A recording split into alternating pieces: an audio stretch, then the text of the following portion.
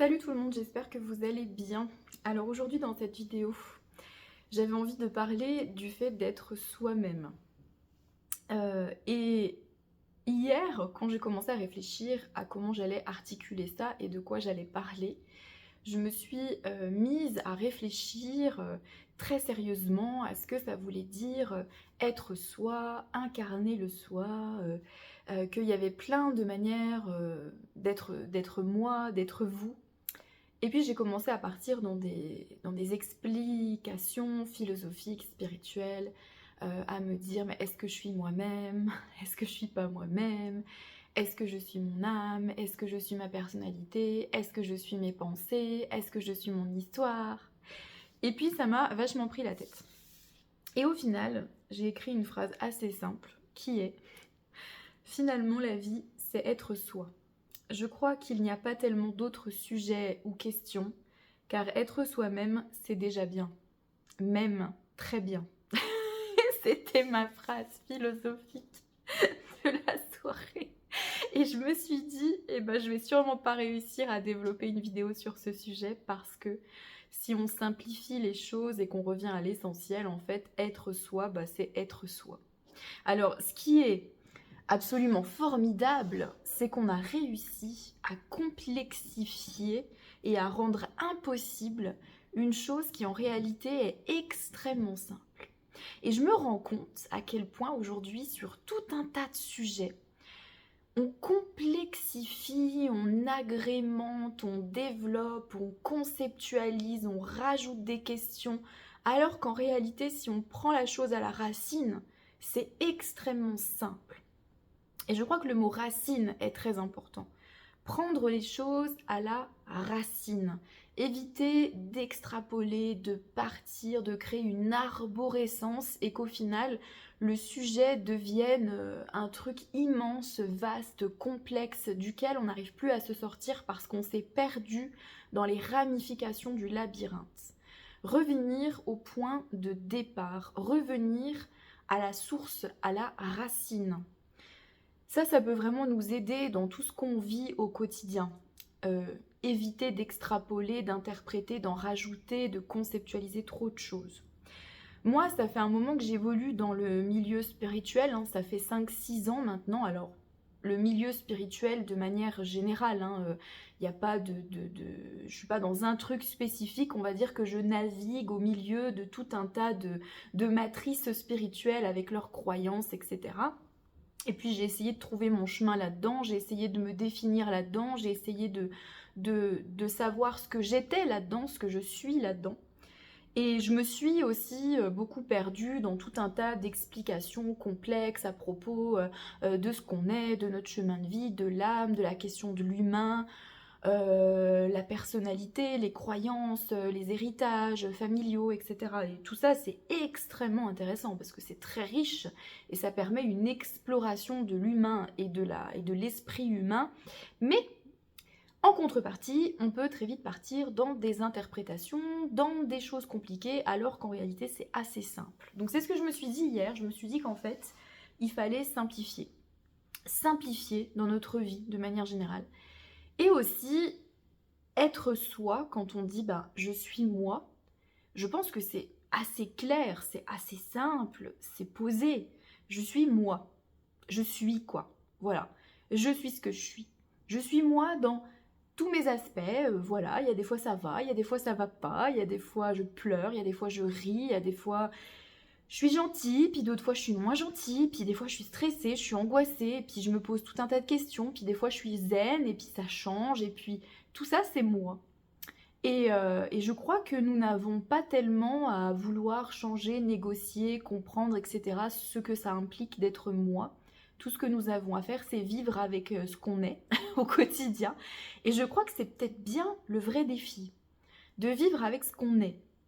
Parce que on est quand même dans un truc où on nous invite toujours à être ce qu'on n'est pas. C'est-à-dire, je voudrais être ça, puis je suis ça, puis je suis pas ça, puis ça oui, puis ça non, etc. Et c'est comme si on faisait en fait un espèce de tri permanent de ce qu'on est, de ce qu'on n'est pas, de ce qu'on veut être, de ce qu'on veut pas être. Donc on est tout le temps en train de négocier, de travailler, de changer, de modifier ce qu'on est pour arriver à un état qu'on considère en fait, à un moi qu'on considère comme idéal, comme qui correspond à nos aspirations, tout ça. Mais en attendant, c'est dramatique parce que du coup, on se maltraite énormément. Parce que du coup, qu'est-ce qu'on fait quand on est en train de travailler à devenir un autre moi, une meilleure version de nous-mêmes? Qu'est-ce qu'on fait de cette version ici?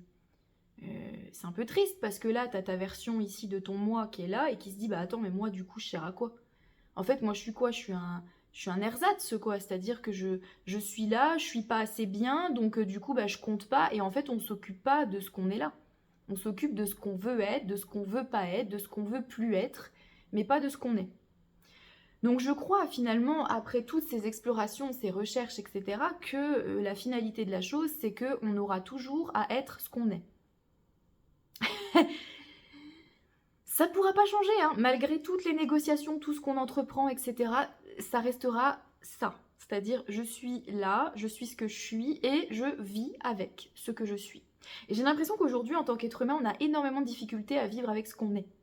Et je pense que c'est là le principal problème. C'est-à-dire qu'on s'est tellement lancé dans des considérations de notre esprit, de tout ce qu'on peut être et de notre être humain réalisé, développé, parfait, etc., qu'on ne sait pas être ce qu'on est. On n'arrive plus à être ce qu'on est. Mais quel bonheur, en fait. Quel bonheur, mais quelle joie de pouvoir être ce qu'on est à 300%. De s'autoriser à être heureux, triste, des fois d'être de bonne humeur et des fois de mauvaise humeur, et des fois on a envie de voir des gens, puis des fois on n'a pas envie, puis des fois on a envie de sortir, puis des fois on a envie de rester chez nous, et puis des fois la vie c'est dur, et des fois la vie c'est cool, et puis c'est ok quoi. Enfin moi en tout cas quand je vis comme ça, je vis beaucoup mieux. Je me rends compte que c'est beaucoup plus calme et sympathique dans ma vie quotidienne quand je me détache de ces aspirations du moi ou d'un être réalisé ou spirituel ou je sais pas quoi, et que je me dis bah en fait je suis moi, je vis mes expériences, je parle de mes expériences et puis c'est ok quoi. Alors du coup j'ai imaginé une scène, parce que moi j'aime bien écrire des histoires, donc j'ai imaginé une scène où je me suis dit attends, imagine tu passes ta vie dans ta vie terrestre à te demander pourquoi tu es là, qui tu es, tu cherches des réponses, le mystère de ton existence, est-ce que c'est moi, est-ce que c'est pas moi, est-ce que je suis un être plus vaste, ma conscience supérieure, etc. Et je me dis, imagine, tu passes ta vie à te poser ce genre de questions sur Terre, tu vois. Et là, tu arrives au passage, après ta mort terrestre, et tu te retrouves devant le groupe d'êtres qui vont te demander, bah alors, qu'est-ce que tu as vécu, qu'est-ce que tu as fait, qu'est-ce que tu as dit, qu'est-ce que tu retiens de cette vie humaine, quoi. Et là, moi, je m'imagine un peu balbutiante, un peu dérangée, et peut-être même un petit peu rougissante, à supposer qu'une âme puisse rougir. Et je dis, c'est-à-dire que, ben quoi, vas-y, dis-nous, parce que là, il y a des gens qui attendent derrière, hein, t'es pas toute seule. Ben, disons que je me suis posé beaucoup de questions.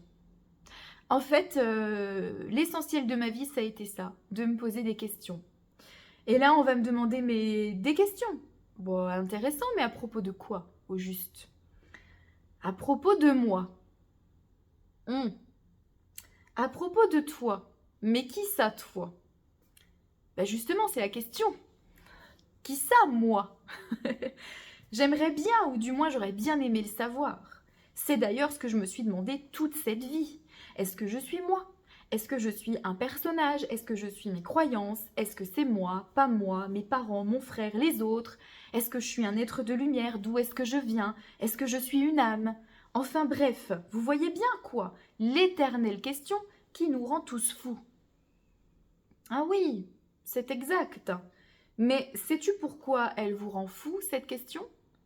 Indice, on en a déjà parlé, juste avant ton dernier voyage.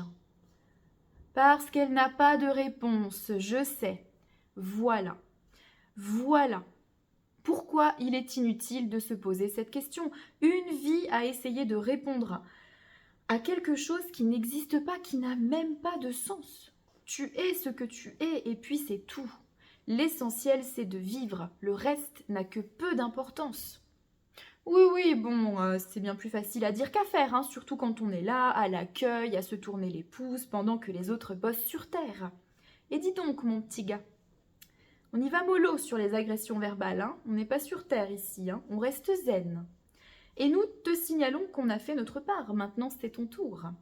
Et en parlant de tour, tu peux aller noter sur ton planning tes prochaines dates de séjour sur Terre, parce que là, c'est pas concluant du tout. Une vie à se poser des questions. Non mais franchement, quelle idée! Et de me retrouver seule en face de ce bilan. Et je n'ai pas fait grand-chose, oui, parce que je me demandais qui j'étais.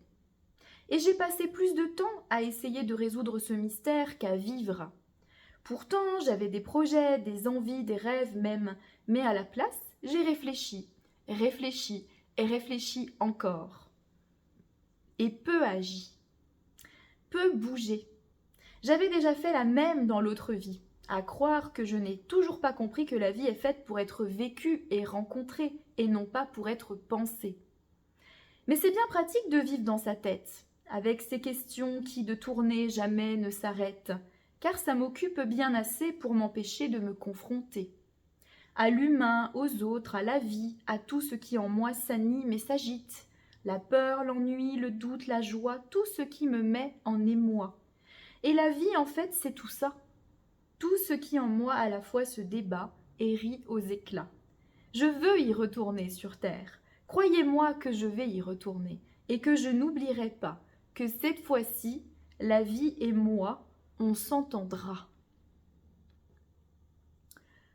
Une histoire un peu courte, de fin de vie et de passage, mais qui représente aussi l'idée de vivre et de ne pas trop s'occuper de savoir qui on est, pourquoi, comment, quand, juste d'être nous et d'agir et de vivre et d'y aller, quoi, hein, plutôt que de passer une vie à se poser des questions.